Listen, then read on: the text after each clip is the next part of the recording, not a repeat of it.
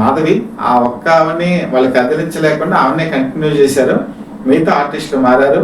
మరి గొల్లపూడి మారుతిరావు భారీ క్యారెక్టర్ ఎవరు వేయాలి అన్నప్పుడు అసలు ఈ సినిమా తీయడానికి ప్రధాన కారణం రాఘవ ఆ సంగీత ఆర్టిస్ట్ క్యారెక్టర్ నచ్చడమే.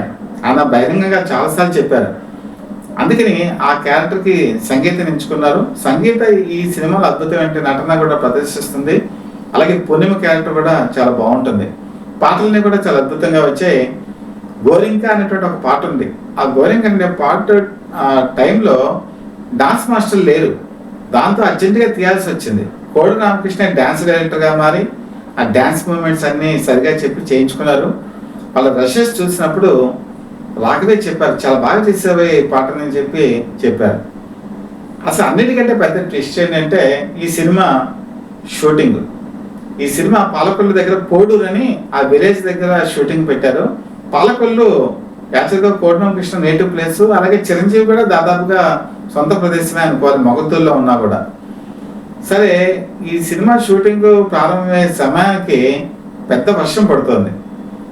టైంకి కనుక షార్ట్ కనుక తీయకపోతే రాఘవ ఆ సినిమాని క్యాన్సిల్ చేసే ప్రమాదం కూడా ఉంది. అలాంటి మనస్తత్వం అయింది.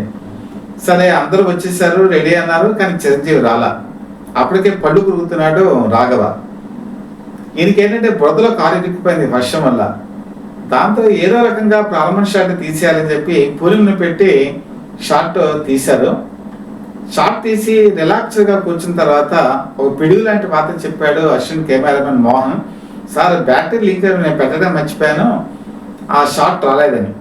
దాంతో అక్కడ అటెండ్ అయిన వాళ్ళందరూ కూడా ఒక్కసారి చాలా జాలిగా చూశారు కోడి రామకృష్ణ వైపు. ప్రారంభ సన్నివేశం అది సరిగా రాలేదు. ఇంకో పక్కన రగిలిపోతున్న అగ్నిపర్వతంలా ఉన్నాడేమో రాఘవ, ఇంకా పళ్ళు నూరేస్తున్నాడు ఆయన.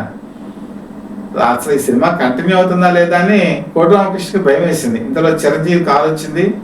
ఆయన లోపల అడుగు పెట్టేటప్పటికి సీన్ మొత్తం అర్థమైపోయింది.